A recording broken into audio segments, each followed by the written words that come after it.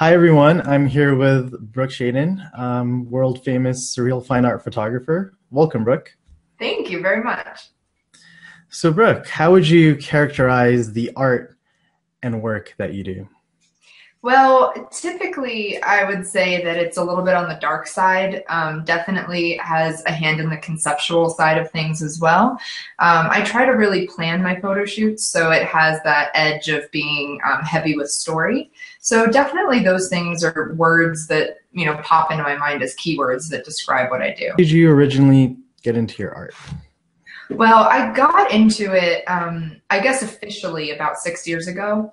And that was when my friend Kelly, who I know that you were talking to on the phone earlier, she had called me up and said, let's start doing photography together. So we were both doing self-portraits, and I just fell in love with it then. So I kept going. And before that, I was in high school and I was working on a photo class where I was doing little projects here and there, and I really didn't like it. So at that time, I had kind of sworn off photography and I went into filmmaking instead.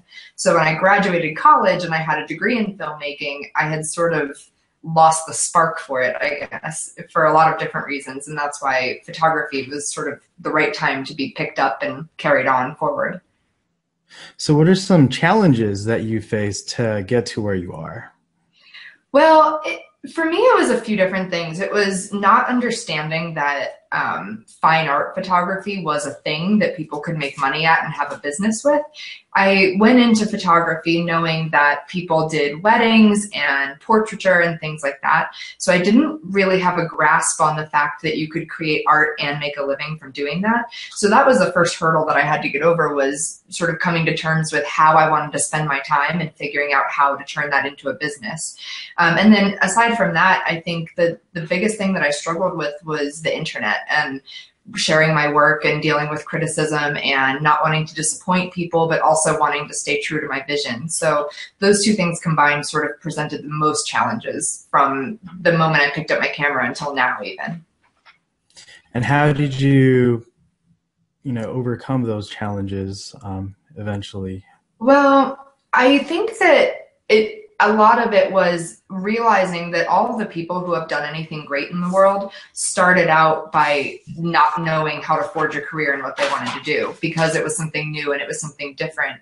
And even though I'm not saying by any means I was doing something new and different necessarily, but definitely that I was creating work that I had not seen before, that I had not seen done, and I didn't know who would be there to accept that. So I realized that I would just have to put it out there and be as faithful to that vision as I could, and understand that if there's somebody out there to view it that's going to like it, then I will eventually find them. And so I started to realize that I couldn't really focus on any negative comments or even positive comments, that it was all just, it is what it is. Some people are going to say negative things, some will say positive, and it's up to me to just filter through that and do what I love. How did you find those people? I noticed on social media you have so many followers. It looks like 500,000 or 600,000. So how did that happen? I have no idea, actually. I started out on Flickr, actually. So that was where I first started putting my photos online. And I found a community really quickly there, because on Flickr at the time, groups were really big and social interaction was really big. So I started to find groups of people who also liked dark art or surrealism and things like that. So I found a group really easily there. And then those people started sharing my work and they started commenting and, favoriting and things like that. And so I found that once I sort of had my place on Flickr, I started to expand from there. I joined Twitter and I joined Facebook very hesitantly, because I think, like everybody, you're terrified that nobody's going to care about what you're doing. So I made a deal with myself that I was just going to put out content that I was passionate about that would also help others, and in the most genuine way possible. And so I went on this sort of mission of loving other people as much as I possibly could. And I think that's really the only secret or thing that I've done to put my name out there. That's awesome. So are you doing this full time at this point? Yes, I quit my job in what I call the real world in 2010, and I've been doing photography and other related things full time since then. I noticed that you recently posted that you came back from a wonderful trip from France, Spain, Iceland. Can you talk about that and what that experience was like? Yeah, definitely. Well, it started out in France because last year I hosted an artist retreat in France. So I went back to do another one at the same location. And so that's sort of, it's a trip that I've done a few times now, and not necessarily to France, but all over the place. And I love hosting artist retreats because pretty much my sole mission in life now is to just spread kindness as much as possible. So the artist retreat is a way for me to meet a whole bunch of people, make new friends over the course of a few days, and just sort of experience an adventure with those people. So that's what I was doing in France. And then I went from there to Spain, which was just sort of a little bit of downtime, vacation time. And then I went to Iceland, which coincidentally was with a group of people that I met in France last year when we all attended an artist retreat together. So we decided to have a reunion, and we went to Iceland, and we rented 4 RVs, and we just went in motorhomes through a lot of the country. And it was the most amazing, fantastic time I think I've ever had on a trip. Wow, great. Now, when you're over there, did you get exposed to the culture at all? What? A little bit, yeah. It was really interesting because we sort of were just like thrown into the experience in every country that we were in.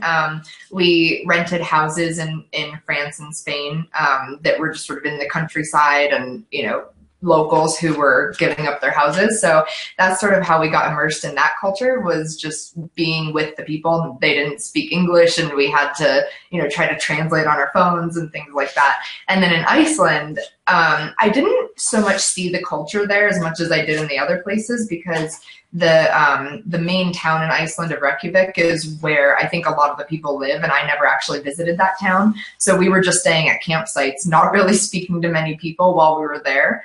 But at the same time, it seems like the people of Iceland love their country so much that just by seeing it, we were sort of immersed in the things that they love as well. How do you think the culture of those different countries and your experiences there influence your art? Well, I think that it wasn't necessarily so much the culture, but the landscape. Because when I was in Iceland, I made it a point for myself to go back to basics and not get too complicated with the concepts that I was creating, because the landscape just seemed to call for it. It was so almost prehistoric, and it had this vastness to it that I wanted to really honor that, and create simple images that allowed the human form to really integrate with the landscape in a lot of ways. And so that was my goal while I was there. Could you share some of the photos or pictures that you've created from that trip? Yeah, absolutely. I've got one that I just actually posted today that I created as a self-portrait with a waterfall. And that was a really good experience because it was all at once exciting and dangerous and calming. I found that that was the general feeling that the landscapes gave in Iceland, was just sort of this feeling of being really tumultuous and really dangerous, and at the same time just vast and empty and serene. And so I was creating images like the one that I'm talking about now, which were just very much about that feeling. Google Hangout actually has a share Okay. option, and it lets you just bring up whatever you have on your Before, screen. so you're gonna have to give me a second to look through the Oh, icon. no problem. Okay, perfect. Okay. Okay, so uh, if you could maybe just talk us through how you shot this photo and what the thought process is behind Yeah, it. definitely. When I created this image, it was on a little sort of mini excursion to this smaller waterfall. We had been at this location visiting a larger waterfall. And so we sort of snuck off to this little spot where the waterfall, you could sort of get behind it, sort of to the side of it. And so that's where I went to shoot this. And I had noticed immediately that there was a lot of moss on the rocks, and that my dress sort of matched the moss. Although in the original image, the moss was actually sort of like a yellowish green tint, and my dress was as well. So when I was creating this image, I had it in mind that I wanted to create more of a deathly scene, something that would bring about thoughts of blood, red for passion. And so I decided to change all the colors to be red with sort of a neutral surrounding. So when I created this, I was thinking about how to pose my body, how to drape myself in some sort of graceful way in a position that was a very actually difficult one to get in, with the rocks being so slippery and everything being so wet. So when I shot this, it only took a couple of minutes, but by the end of it, I was completely drenched by the waterfall in the Icelandic weather, which is uncomfortable but completely worth it. So that was kind of how this picture came to be. Is the moss naturally that red color? No, it was sort of like a yellowish greenish color, and so I ended up changing that later in post. And did you, I know you do a lot of self-portraits. Were you just triggered the camera to capture that while you were on the rocks? In this case, I set my focus and then I set my exposure, and then I handed the camera over to Kelly, who was with me, and she stood in the position and snapped away until I said that I was finished. And what would you say is the overall theme behind this photo?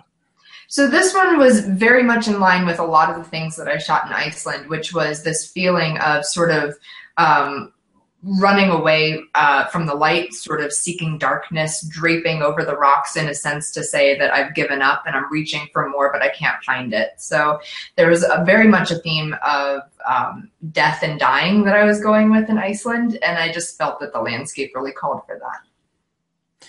I've noticed in other interviews you've talked about the various themes that you use, such as death and rebirth, what it means to be alive.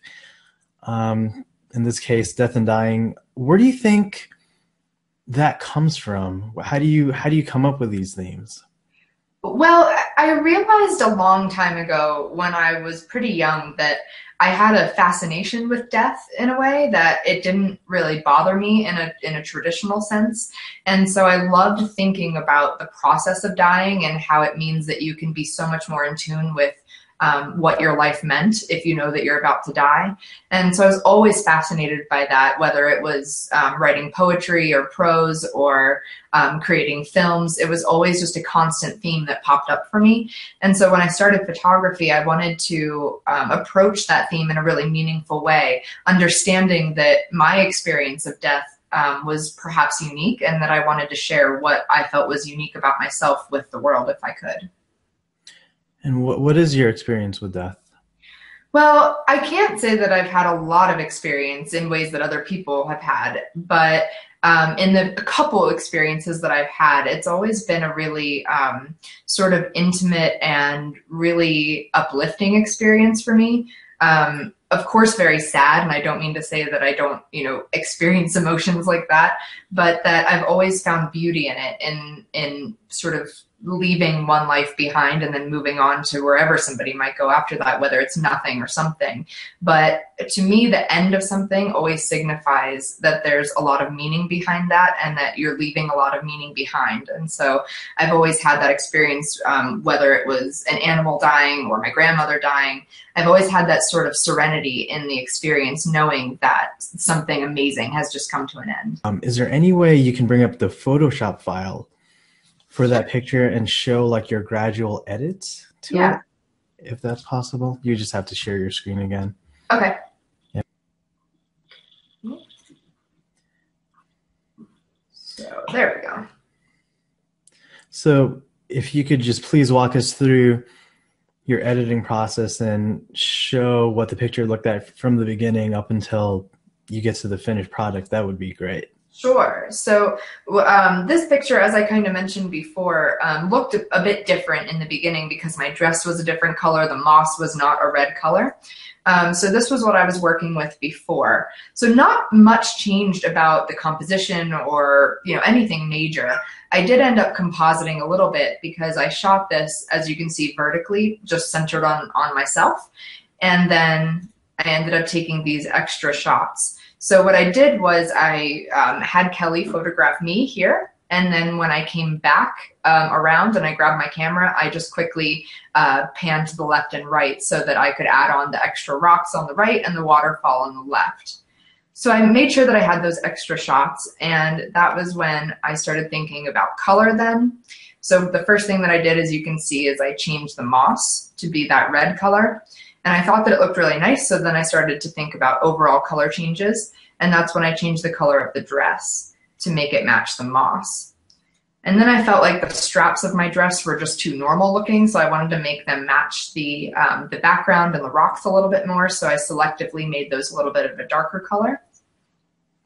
And then I started what is typical for my editing process, which is in this step you can see I am dulling the highlights and basically making the shadows a little bit less harsh. And I started adding some color overall, adding some contrast, making the red pop a little bit more, and then some texture. And then that was how I came to a stop during this edit. And what camera did you use to shoot the entire scene? Oh, good question. What was I? Oh, yeah. I was using a Sony camera that I was actually borrowing just for the trip. So it was a Sony Alpha 2, I believe, but I will correct myself if I'm wrong about that. So yeah, I was using that camera for the duration of this trip on and off. And so that was a really cool experience because I ended up falling in love with that camera. I'm still debating though if I'm going to buy it or not. You usually shoot with Canon, though. Is that correct? I do, yeah. And so I also had that camera on my trip, and probably 3/4 of what I did end up shooting on my trip was with that Canon camera, the Canon 5D Mark II.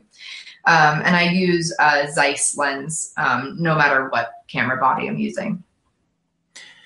And why do you pan left and pan right and to increase the background as opposed to just shooting the background all in one shot? Well, for me, I'm always shooting in squares, but my camera doesn't naturally shoot a square. So I realized early on that if I wanted to create a square, I would either have to pull back and then crop the image later, or I could expand my frame out, which would essentially allow me to pack more pixels into the frame, which means that I can print a lot larger. And it also means that I can get closer to my subject, thus creating more of a separation from the background, because the background will be more out of focus the closer I get to my subject. So by doing both of those things, I'm allowing my subject to stand out while also being able to print larger. So I usually try to expand the frame when I can. And you have a rigorous process to create these scenes, right? I saw in different interviews that you talk about how you write a lot and you write paragraphs before you actually shoot the scene. Was that the case for this picture? Yes, it was. A while ago, I guess a few weeks ago, before I left on the trip that I was on, I was writing a lot of sort of poetry and little blurbs that I found to be interesting, which is something that I do a lot. And so for this particular image, I had written something that I wanted to create an image for. And when I found this spot, it wasn't until I really got over there to the rocks that I realized how it fit into the piece of writing that I had done. And so I decided to make it match in that way. And so that writing became where I pulled the title of the image from, as well as the inspiration for the image. Could you share that piece of writing with us? Sure. Is that okay? Yeah, that's perfect. Okay, good. Okay, so the writing says, in each moment, infinite possibilities, those decisive times throughout life when perspective is nonlinear, when we make choices hastily to move forward to another. Raindrops echo our reflection endlessly, mockingly, as to say, have a look at what you have created, and so we naturally take shelter. It is in the darkest time, when nothing can exist behind closed eyelids, that we face the only thing we know to be true, that we hardly know at all. We see ourselves, without distractions, hopelessly clinging to images that might never have existed, and the song of time glistening like a heavy rain in the distance, in the darkness. It's beautiful. How did you come up with that? You know, I wish I knew. I just write a lot. And so one day I was writing and I was thinking about the moment right before death when you still have some sort of consciousness and yet you can't see anything around you, and what that might be like and what you might think when you look back on your life. And so that's why I wrote this. Now, it seems like you're writing and the photos you make, there's deeper meaning to it, like a mysticism, a spirituality. Where does that come from? Do you see yourself as a spiritual person, or how does Um, that work? I've never really thought about myself that way. I would say that I'm more of an observer, I suppose, and a lover of intimate feelings. And so I try to look at my own life sort of from a third person perspective, as though it's a book and I'm sort of like an omniscient narrator. And so I'm always looking at everything from that point of view, where I'm removed from it and I can see everything in perhaps a more meaningful way, or in a more, I don't know, I guess overall fulfilling way. So Okay. I don't know much about if I'm a spiritual person or not, but I'm definitely an observer. So I noticed that you have very strong characters in the photos that you create. Where do those characters come from? Well, I think that in my experience of life, I try to think about every moment that I live as being an adventure, and try to pick out from any situation the moment that's most important from something that I've lived. So when I'm creating images, I try to think about the character that I'm presenting and what is the most important moment for that character to represent in the image. So when I'm creating a character, it's always a matter of, okay, well, what's the point of most tension in the story? Or how can the character fully express the emotion of something that perhaps took years to culminate? And so when I'm creating my characters, I'm just always thinking about that. What is the emotion and what is the point of tension within that character, and how can we portray that? Now, in writing, I know characters are usually motivated by some goal. What is the motivation, and what are the characters thinking in your pieces? Usually, I'm trying to create characters that are in some way experiencing turmoil, whether it's, like in the picture that we just looked at, whether it's literally almost dying, or whether it's feeling some sort of inner panic that needs to be expressed. And so the motivation for my characters is almost always this sort of what falls in between life and death. It's the idea that we need to survive, and yet the fragility of life at the same time. So I'm trying to always portray that in between moment. And do you have any recurring characters in your photos, or is each character completely different from one another? Well, I think I have two answers to that, which is that they're all different and yet they're all the same at the same time. So, I think that you could really string one to the other and say, I see how everybody's experiencing the same thing within all of these images, and yet they're not necessarily created to follow a storyline or be the same person necessarily. I just try to draw on that thing that everybody feels as part of the human existence to put into each of the images. So in a way, they're all very connected.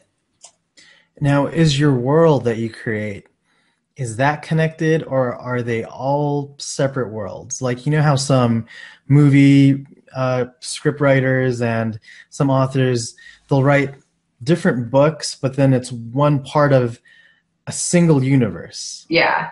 Yeah. I think I think that yes, the worlds are all connected, and I've never really explored that in a way, in the way that I should perhaps, because I would love to actually create a defined world that is very different from our own at some point in the future. That would be a goal. I haven't done that yet. So as of right now, in my mind, it's all just sort of my imaginary world that sometimes is rooted in reality and sometimes is not. So for me, it's all connected. To a viewer, it might be all completely different, but there are certain things that always connect each image, which is that it's always based in nature, or if it's not nature, then it's sort of an abandoned building where nature has overtaken that space. So that's something that thematically and visually always links the images, which leads me to say, yes, it is the same space. So you mentioned the importance of landscapes before. How would you describe the universe you've created, just with all those landscapes and all the different settings in them? Yeah, I would say that they're empty. I mean, that's sort of the thing that always draws me to a space is how neutral is that space? So I'm always looking for places that don't have anything in it, don't have any defining characteristics. And so, you know, whether I'm going to a waterfall or a mountain range or a forest, I want to make sure that each of those spaces is something very simple and very clean that I can then add to later to create more detail if I want to. So I'm always looking for spaces like that that have a similar landscape, not necessarily in, you know, what's in it, but that it's very clean, very easy to add to, and that doesn't really overtake the story in any way. So would you say that the places you choose, even though they're empty, do they have their own personality? Yeah, I mean, I'm always trying to find spaces that are, I guess, that would add to the story. And so, because I'm always dealing with that place between life and death, that's also what I'm looking for in my landscapes. Whether if it, you know, if it's a forest, I want it to look dead. If it's a mountain range, I don't want it to be alive with flowers everywhere. So those are the things that I'm always looking for. Oh, very interesting. That's great. How do you see your work evolving? Do you ever see yourself exploring other themes other than death and rebirth and dying? You know, that's something that I asked myself a lot when I first started. I would, you know, think a lot about where do I want to be in 5 years? What kind of work do I want to be producing? And I think that for me personally, I've stopped that altogether recently because it got to the point where I was almost becoming paranoid about what my work would be like, when in fact, I just want to create whatever comes to mind, whatever I feel connected to in the moment. And if that changes, then I'm happy for that to change and I'll go with it. And if not, then I'm also fine with that too. So right now, and for the last 6 years, that's been my goal, is to create those images about life and death. And I don't see that changing right now. But that doesn't mean that it won't. And I've certainly changed styles a couple times within the last 6 years, not drastically, but I've become much more interested in hope and whimsy and fairy tales over the last few years. And those are things that I've incorporated while still keeping that theme of life and death alive. Now, why fairy tales? Do you have a favorite fairy tale? A favorite fairy tale. I love all the fairy tales. I've always been really drawn to Little Red Riding Hood just for the visuals that it brings about. But I love fairy tales because they're so innocent and so simple and tell such a clear message that to me, anything that's that innocent and that simple is just prime territory for turning into something dark and twisted. So I've always been just enamored with fairy tales in the way that they can be turned into something much more sinister. How about, do you ever read some of the more older dark fairy tales when fairy tales weren't so nice? Like I read somewhere that fairy tales used to have really good life lessons, but then they didn't really end nicely Yeah. necessarily. Oh, definitely. I mean, I've read a few of them, and I have the Grimm's Fairy Tales book, you know, in my on my shelf and everything. And I love them because they're definitely not made for kids. And I think that the way that a lot of nursery rhymes and fairy tales and things like that go, you know, they're sort of set out to be a cautionary tale for adults and children, and very much for adults, and then they get sort of dumbed down to the child's level so that it loses that darkness. And so I love reading those fairy tales, and I love coming up with fairy tales of my own that perhaps could have been made for a child if it didn't deal with real things that actually happen in life that are terrible and awful, and yet it's just a part of our experience. Where do you think you find some of your inspiration from? Any particular books? Yeah, definitely. I've got sort of like inspiration categories that I like to go to. So, for example, if it's a book, then one of my favorite books is Dune by Frank Herbert. And I love that book because of the symbolism in it, the way that he's able to create a whole entire new world, just, you know, by spinning his words in a certain way. As far as movies go, one of my favorite movies is Pan's Labyrinth because of the way that they visually represent their symbolism through color and staging and things like that. And then I'm just inspired by How about nature. music? I'm sorry, Music? I cut you Oh off. Yeah. gosh, music. I'm not actually a big music person, so I don't tend to get inspiration from music. But my favorite music artist is Agnes Obel, and she just, it's not even so much what she's saying, it's the way that she's using her voice to evoke emotion is something that's really inspiring to me. What kind of music is that? Um, I have no idea how to categorize that. She has sort of like a sweet, soulful voice with lots of piano, and it's very sad sounding. Oh, okay, I great. And really know nothing about music, so I don't know. it's Agnes Ogle? Oboe, yeah. Ogle, OB, yeah. okay. You mentioned movies, Pan's Labyrinth. Any other movie recommendations? Yeah, there's a movie that I watched, I think at the end of last year called Womb. And that movie, while it is completely disturbing and I'm pretty sure is banned in several countries, is very amazing. And so that, I don't want to tell anything about that movie because it's the whole point of it is that you don't know what's happening. But it's just it was beautifully shot, first of all, because it has lots of those wide sweeping shots of landscapes, very sort of melancholy. And it just deals with human emotions in the most complex way. And that's something that I want to incorporate more into what I do with photography. So that's something that's been inspiring me. Do you think you could ever take all the concepts from the pictures that you create and maybe make a short film or a movie?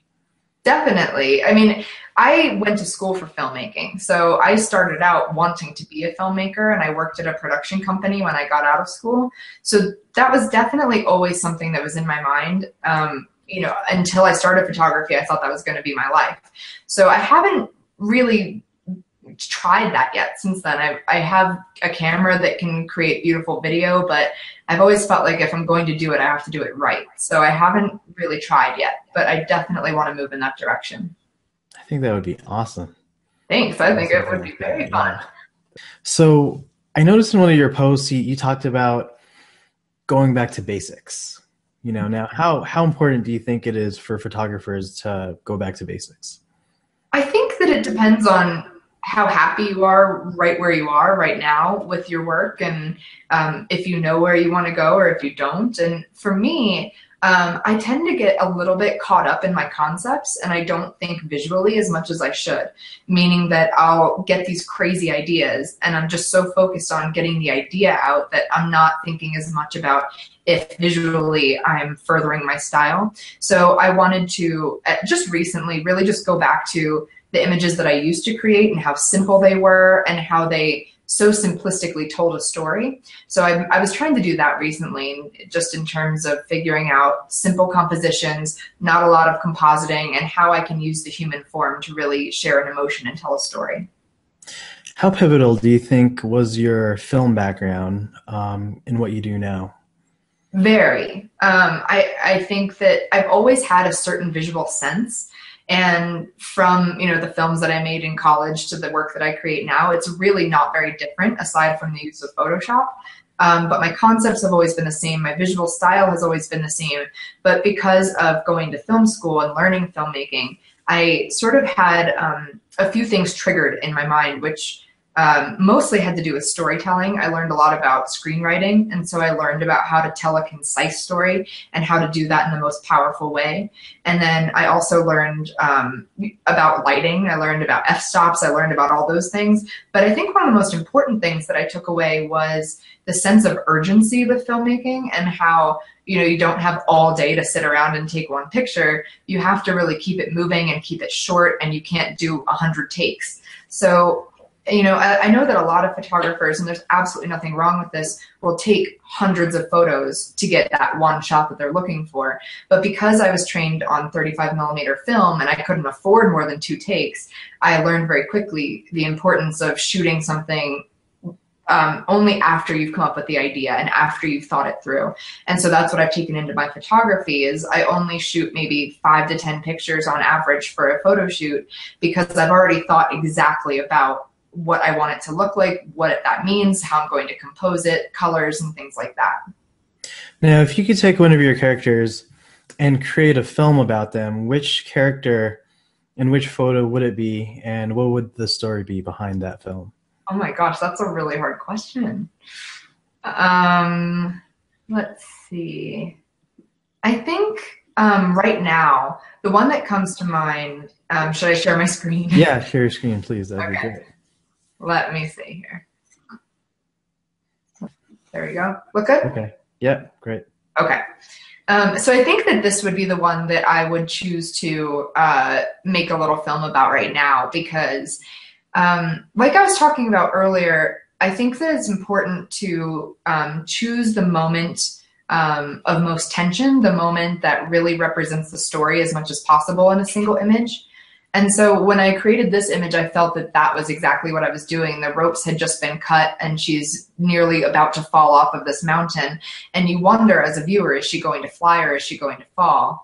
And that's the kind of story that I love telling, is where there's drama involved, where there's a decision that has to be made, and there's an outcome that perhaps the viewer doesn't expect.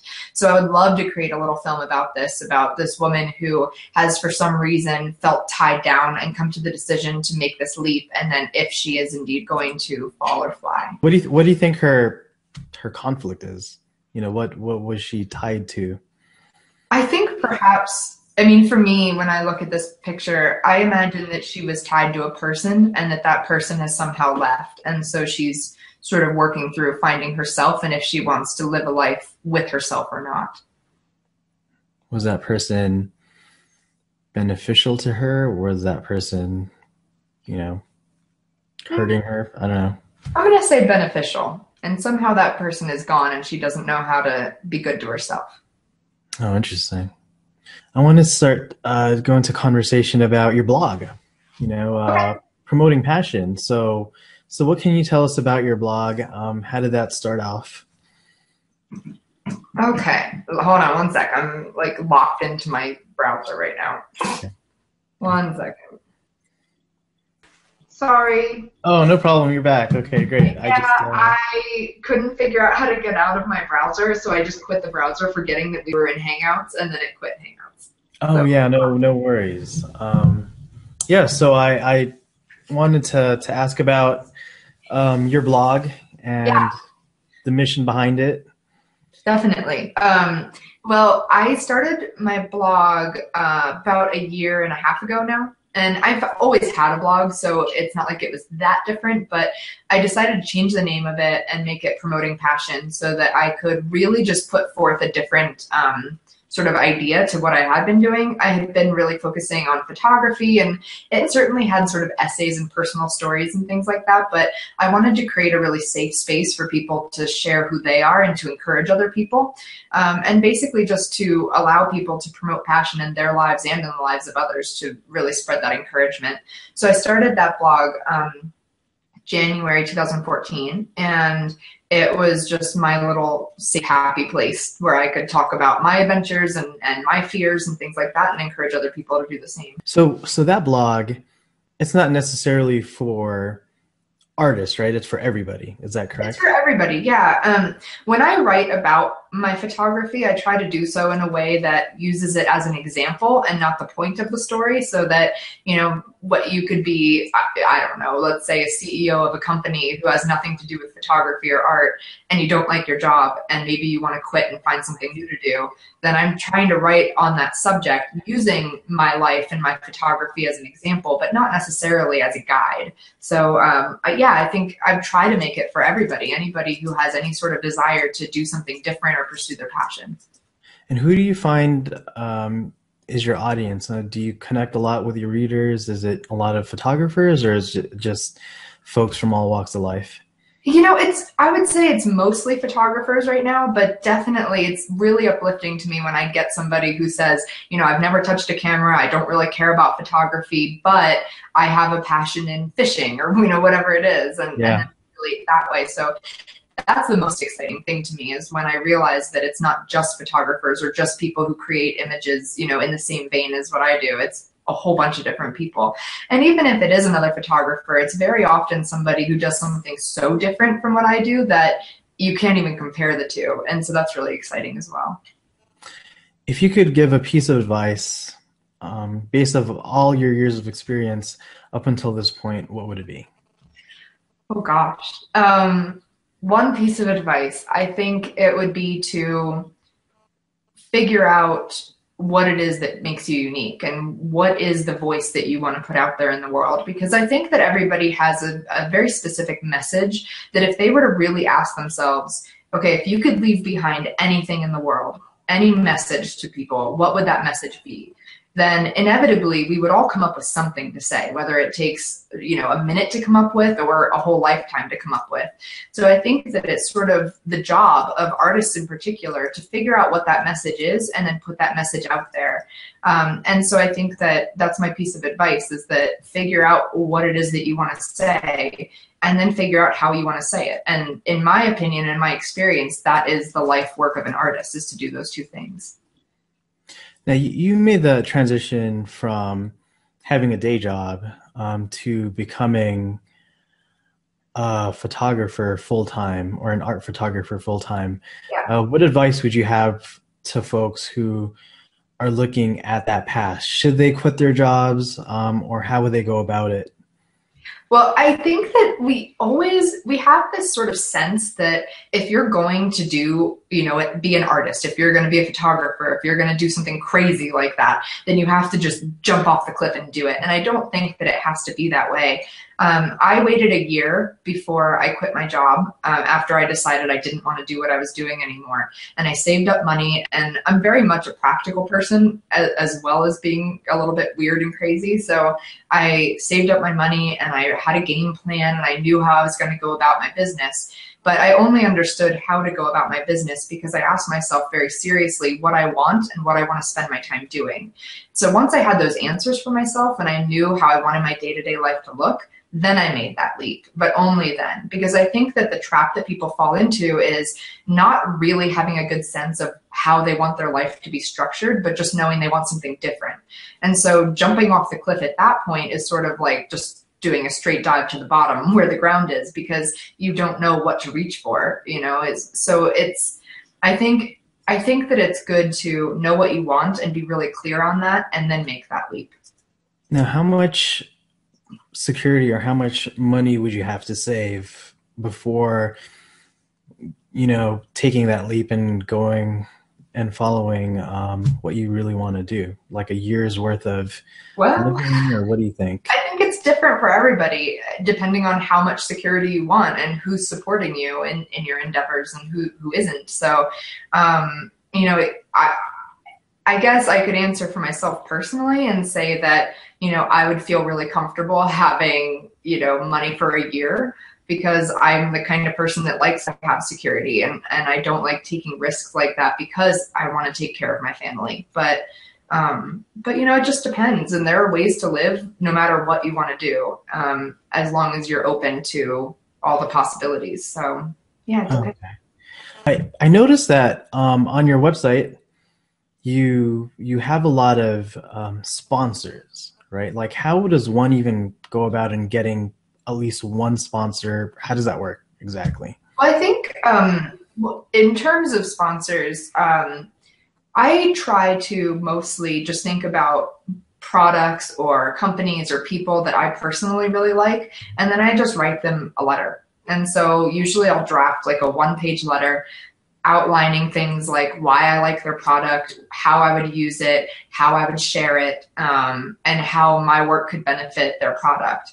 And if I can come up with some sort of compelling argument, then I'll send that off and see what they say.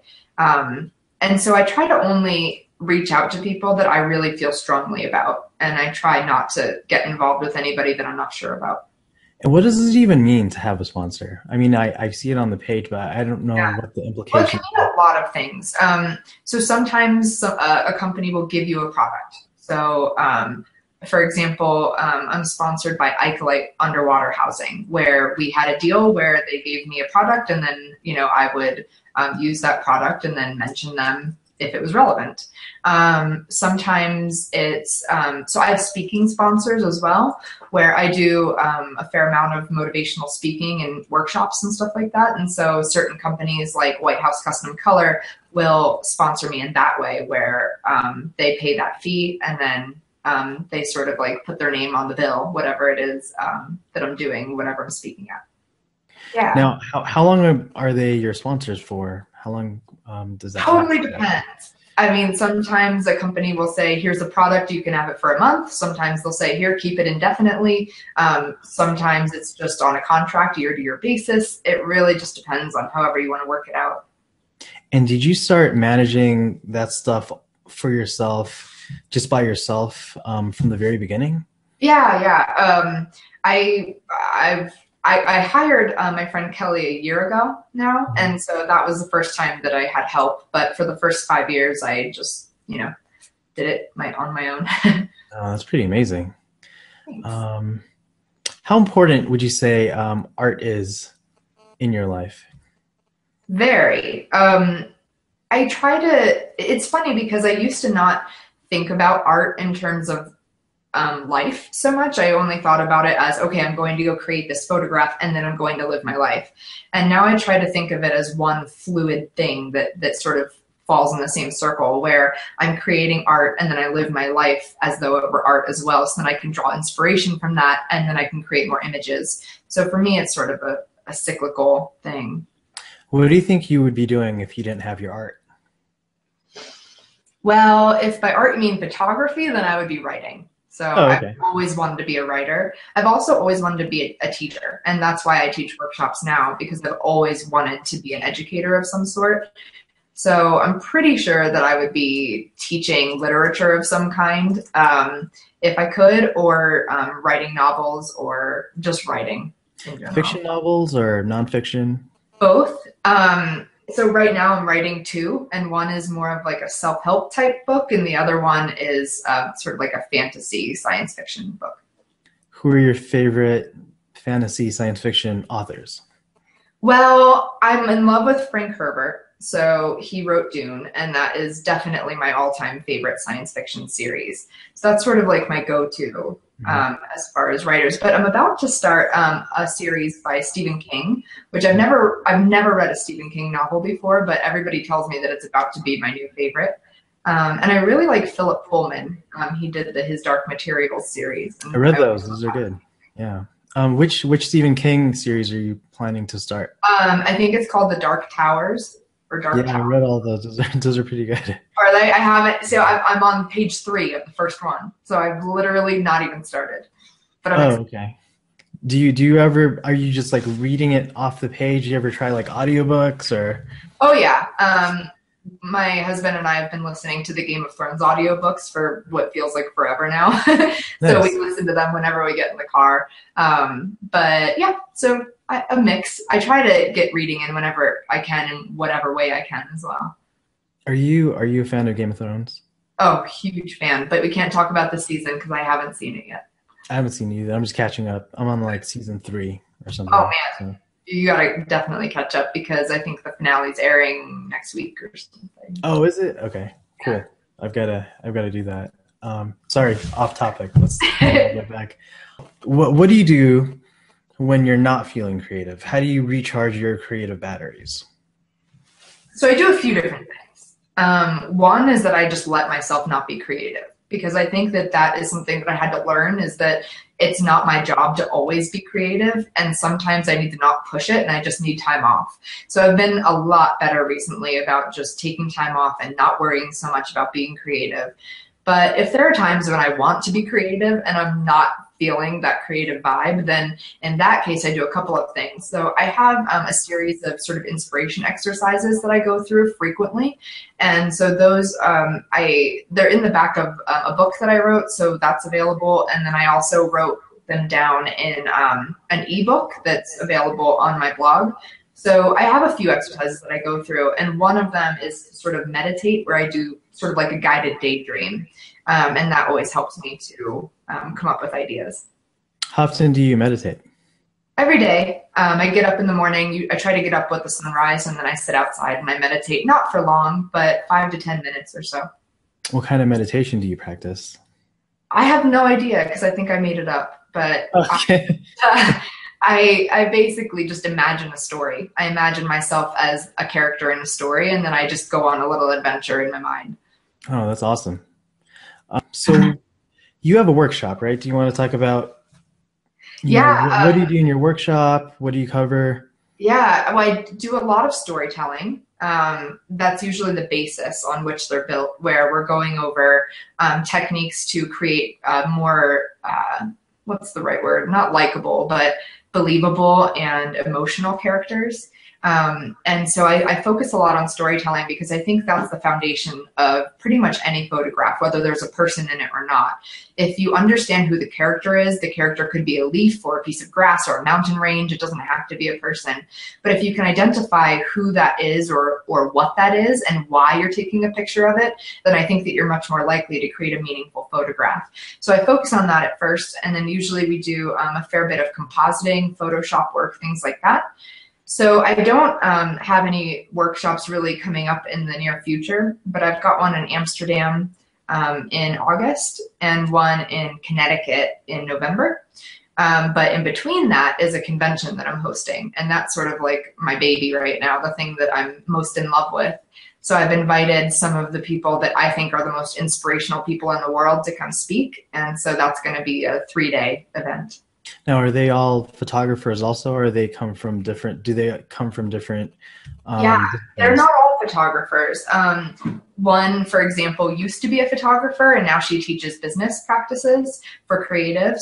Another is a photographer, but also is a professor, and he teaches on the philosophy of happiness. And so he's going to come speak about ways to increase your productivity and creativity by being in touch with your happiness. But then there are other people who are coming who are definitely solely rooted in photography. Some people who do sort of fine art portraiture, others who do children's photography. But all of these people can really speak to living a balanced and fulfilling life. And that's my goal. And what is the name of your conference or So it's named after my seminar? blog. It's called the Promoting Passion Convention. And so obviously the goal is to promote passion and then sort of give a guidebook to how to pursue that and how to make it successful. Is it a yearly convention? Yeah, it is. So this is the first one. So next year there will be another. But this year it's happening October 2nd to the 4th in North Carolina. So this will be the first one. Oh, exciting. Why North Carolina? Well, good question, because I also had that same question, but I decided on North Carolina because I found a space there that's really amazing, and it was the most amazing space that I could find to hold the convention. I didn't want to do it in a hotel like a lot of conventions are held because I wanted a really calming, inspirational space. So I'm doing it at this place called the Art of Living Retreat Center, and it basically just promotes sort of a calming, creative lifestyle. And so it's way up in the mountains, very secluded, very inspirational. And what is the capacity of your convention? I'm aiming for about 100 this time. So I'm keeping it really small and sort of like a little tight knit group so that it's big enough that we can all mingle and make new friends, but small enough that we can walk away with really close connections. Oh, very cool. So, Brooke, tell folks where they can find you. Sure. Well, my website is brookeshaden.com. And from there, you'll see all my social media links. Facebook is Brooke Shaden Photography, and then Twitter and Instagram and all of those are just Brooke Shaden. So very simple. Okay. And can you tell us a little bit about the books that you've written? Yeah. The main one, I would say, they're all on my website. The main one, though, is called Inspiration in Photography. And that was sort of like my guide to inspiration, no matter what kind of photography you do. Just sort of looking for ways to find more inspiration in your own life and how to hone in on inspiration through different exercises to be able to find an idea whenever you need it. Right. And that's the end of our interview. Thank you so much for joining. My Really pleasure. appreciate Thank your you for time. doing this with me. Very cool. So thank you again, Brooke. Thank Thank you you. so much for your time. Really appreciate it. Me too. Thank you so much. Okay, I'll talk to you later. All right. That's our show for today. Thank you for tuning in. If you have any questions, please send an email to me at ry@makephotoart.com or please visit the site at makephotoart.com.